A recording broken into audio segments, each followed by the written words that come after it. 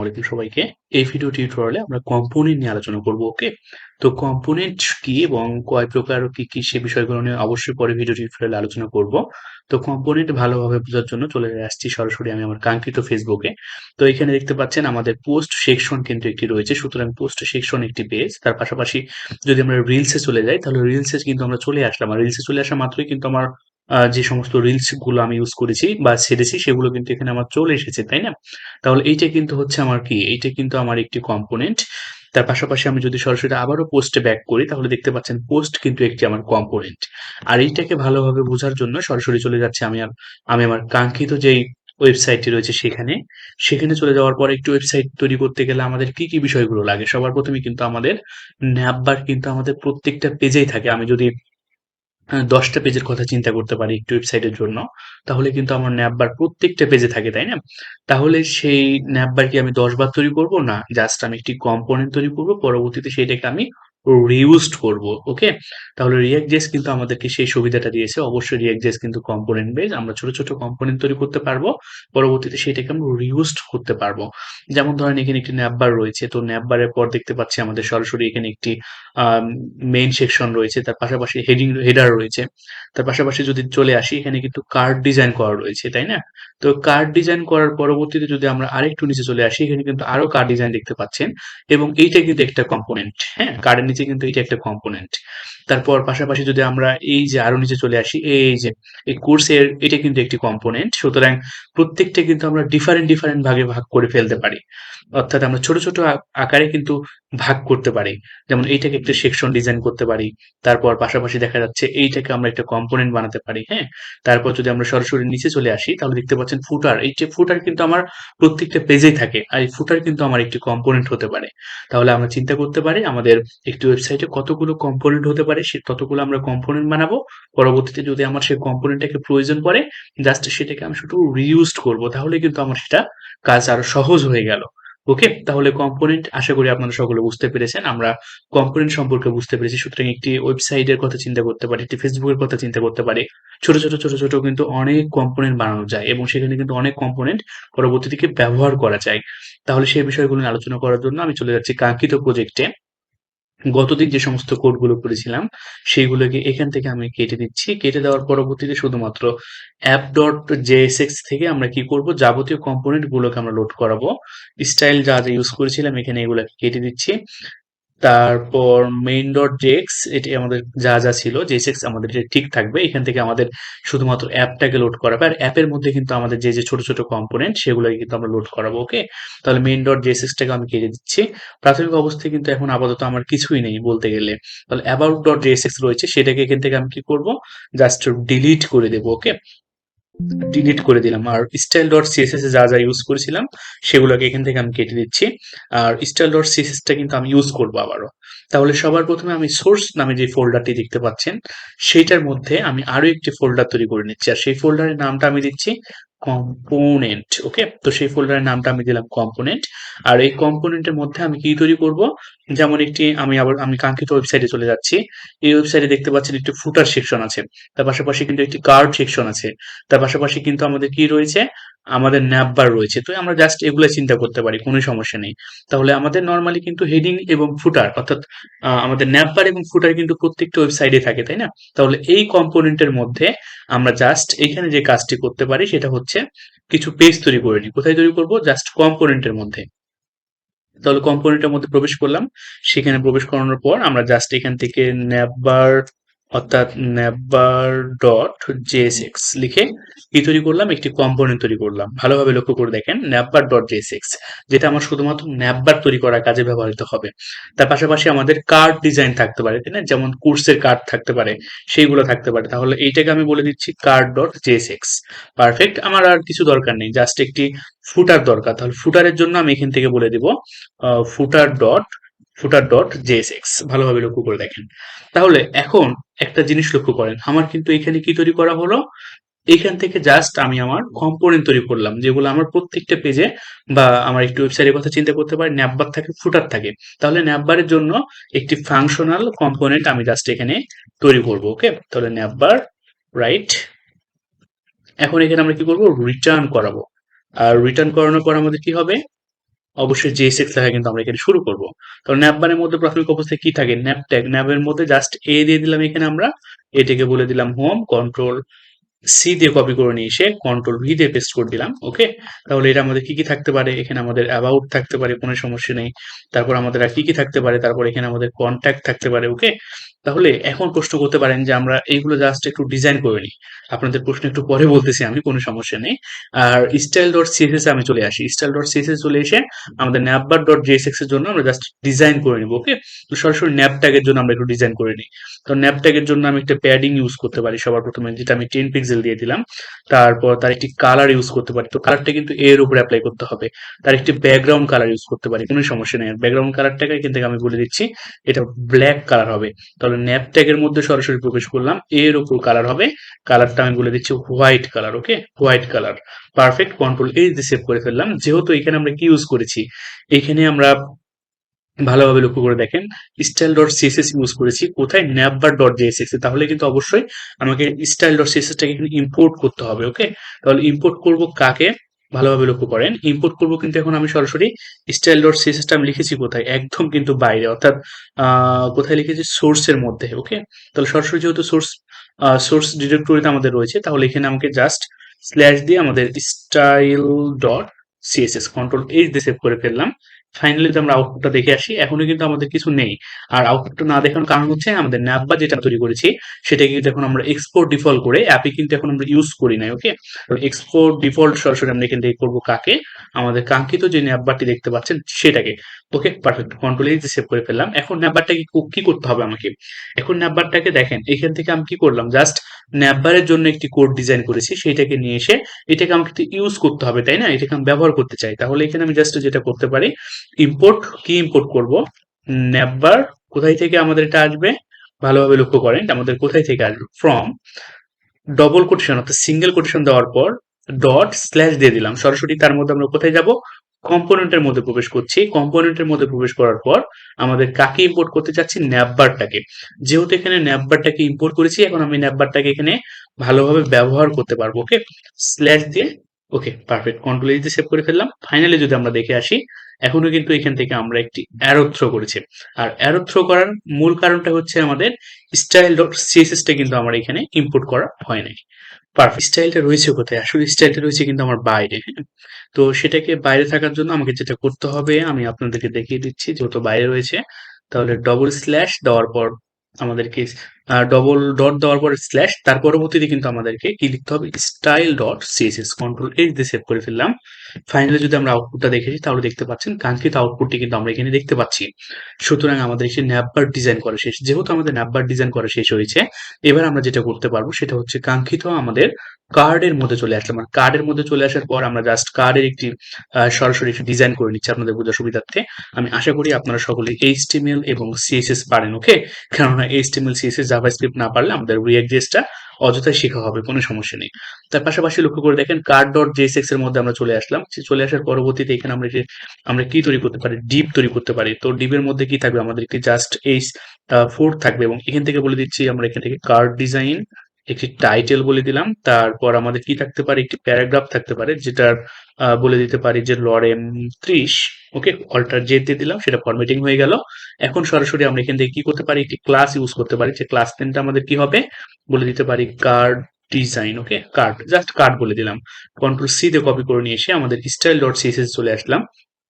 আর সেইখানে চলে আসার পর ডট কার্ড, যেহেতু এটা ক্লাস ইউজ করেছি, তারপর কি কি থাকতে পারে? তার একটি কিন্তু উইড থাকতে পারে সবার প্রথমে। তো উইড দিয়ে দিলাম এখান থেকে আমরা 200 পিক্সেল। তারপর তার একটি হাইট থাকতে পারে, তাই না? তাহলে হাইট এখান থেকে বলে দিচ্ছি 200 পিক্সেল। তারপর তার একটি ব্যাকগ্রাউন্ড কালার কিন্তু থাকতে পারে। তো ব্যাকগ্রাউন্ড কালারটাকে আমি এখান থেকে বলে দিচ্ছি cadet blue.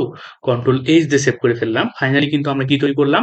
Card dot JSX তৈরি করেছি। আর কার্ড ডট জেএসএক্স এর মধ্যে আমরা জাস্ট সাদা মাথা একটি স্টাইল তৈরি করেছি, তাই না? তাহলে কার্ডটাকে কিন্তু আমি এখনো ইউজ করা হয় নাই, আর এটিকে এখনো ইম্পোর্ট করানো হয় নাই। তাহলে সেম প্রসেসে আমরা অ্যাপ ডট জেএসএক্স এর মধ্যে চলে আসলাম। সেখানে চলে আসার পর কার্ডটাকে আমরা ব্যবহার করে ফেললাম। লক্ষ্য করে দেখেন সেটা কিন্তু আমার অটোমেটিক এখানে ইম্পোর্টটা হয়ে গেল। যেহেতু ইম্পোর্ট হয়ে গেল তাহলে এখান থেকে আমাকে কার্ডটাকে এখন কি করতে হবে, কল করতে হবে, তাই না? ওকে, পারফেক্ট, কন্ট্রোল এইচ দিয়ে সেভ করে ফেললাম। এখন যদি আপনার আউটপুটটা দেখতে চান তাহলে দেখতে পাচ্ছেন এখানে কিন্তু আমার কার্ড তৈরি করা হয়ে গেল। এখন আমি চাচ্ছি এখানে আমার দুইটা কার্ড থাকবে, তাহলে আমি কি করতে পারি, কন্ট্রোল সি দিয়ে কপি করে নিয়ে এসে কন্ট্রোল ভি দিয়ে পেস্ট করে ফেললাম। তাহলে লক্ষ্য করে দেখেন এখানে কিন্তু এখন আমার দুইটি কার্ড তৈরি করা হয়ে গেল। এখন আপনি চাচ্ছেন ডাইনামিক ভাবে কিন্তু এগুলোকে পরিবর্তন করতে, সুতরাং কার্ডের ভিতরে যে লেখাগুলো রয়েছে সেগুলোকে পরিবর্তন করতে, তাহলে কিন্তু আমরা সেটা প্রপস এর কল্যাণে অর্থাৎ প্রপার্টিস এর কল্যাণে সেটা আমরা করতে পারবো। ওকে, তাহলে প্রপস আমরা ইউজ পরবর্তী ভিডিও টিউটোরিয়ালে শিখবো, কোনো সমস্যা নেই। তাহলে যেহেতু আমরা এখানে কার্ড ডিজাইন করতে পারলাম, এখন আমরা ফুটার তৈরি করতে চাই। আর ফুটারের মধ্যেও কিন্তু আমাদের সেম প্রপার্টি থাকবে। জাস্ট এখান থেকে আমরা বলে দিচ্ছি যে ফুটার, কন্ট্রোল এইচ দিয়ে সেভ করে ফেললাম। অবশ্যই এটা কি করবো, এটাকে এক্সপোর্ট করাতে হবে, তাই না? আর এইখান থেকে আমাদের তেমন কিছুই থাকবে না আপাতত, এখান থেকে আমাদের নেওয়ার মতো কিছুই নাই, জাস্ট ফুটারের একটা ডিজাইন করবো। আর ডিপটাকে তুলে দিয়ে সরাসরি আমরা এখানে ফুটার ট্যাগ ইউজ করতে পারি, কোনো সমস্যা নেই। তো ফুটার ট্যাগ ইউজ করবো, কন্ট্রোল সি দিয়ে কপি করে নিয়ে এসে স্টাইল ডট সিএসএস এর মধ্যে চলে আসলাম।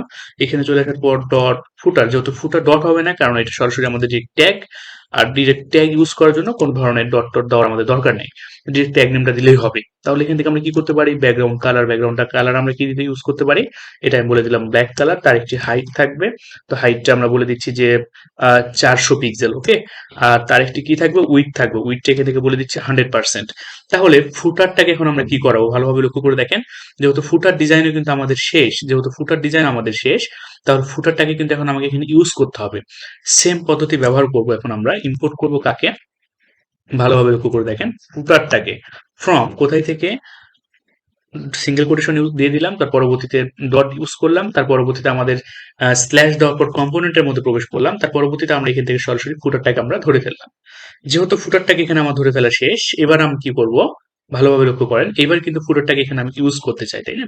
তাহলে ফুটার, পারফেক্ট, কন্ট্রোল এইচ দিয়ে সেভ করে ফেললাম। ফাইনালি যদি আউটপুটটা দেখে আসি তাহলে দেখতে পাচ্ছেন এই যে ফুটারও কিন্তু এখানে আমার কাজ করছে, সুতরাং ফুটার ডিজাইনও কিন্তু এখানে আমার করা শেষ। যেহেতু ফুটার ডিজাইন করা এখানে আমার শেষ, এখন যদি আপনাদের কাছে প্রশ্ন করা হচ্ছে সেটা হলো, লক্ষ্য করে দেখেন কম্পোনেন্ট কিন্তু এখন আমরা ইউজ করেছি কয়টা, একটা কম্পোনেন্ট, দুইটা কম্পোনেন্ট, তিনটা কম্পোনেন্ট, তাই না? তিনটা কম্পোনেন্ট যেহেতু ইউজ করেছি, আর সেটাকে আমরা কিন্তু এই যে অ্যাপের মধ্যে নিয়ে এসে সেটা কিন্তু আমরা এখানে কল করেছি। এখন এইটা অ্যাপ থেকে সরাসরি চলে যাচ্ছে কোথায়, মেইন ডট জেএসএক্স থেকে কিন্তু আমাদের রেন্ডারিংটা হচ্ছে, তাই না? রেন্ডারিং যেহেতু মেইন ডট জেএসএক্স থেকে হচ্ছে, হোক, কোনো সমস্যা নেই। তাহলে কম্পোনেন্ট ফোল্ডারের মধ্যে রয়েছে কিন্তু আমার নাম্বার কম্পোনেন্ট, কার্ড কম্পোনেন্ট, ফুটার কম্পোনেন্ট। আমি আরেকটি কাজ তৈরি করতে পারি, সেটা হচ্ছে কম্পোনেন্টের ভিতরে আমি জাস্ট এইখানে তৈরি করতে পারি আরেকটি কাজ, সেটা হচ্ছে পেজেস। ভালোভাবে লক্ষ্য করে দেখেন, কম্পোনেন্টের মধ্যে আমি একটি তৈরি করতে পারি পেজেস, আর এই পেজেস এর মধ্যে, দুঃখিত, একটি ফাইল তৈরি হয়ে গেছে, কোনো সমস্যা নেই, আমি পেজেসটাকে ডিলিট করে দিচ্ছি। ফোল্ডার তৈরি করতে চাই, আমরা কম্পোনেন্টের মধ্যে একটি ফোল্ডার তৈরি করতে চাই। তো সেই ফোল্ডারটার নাম দেবো আমরা পেজেস। ওকে, তাহলে এখান থেকে দিয়ে দিলাম পেজেস। আর এইখান থেকে আমরা কি করব, জাস্ট এইখান থেকে বলে দিচ্ছি যে অ্যাবাউট ডট জেএসএক্স।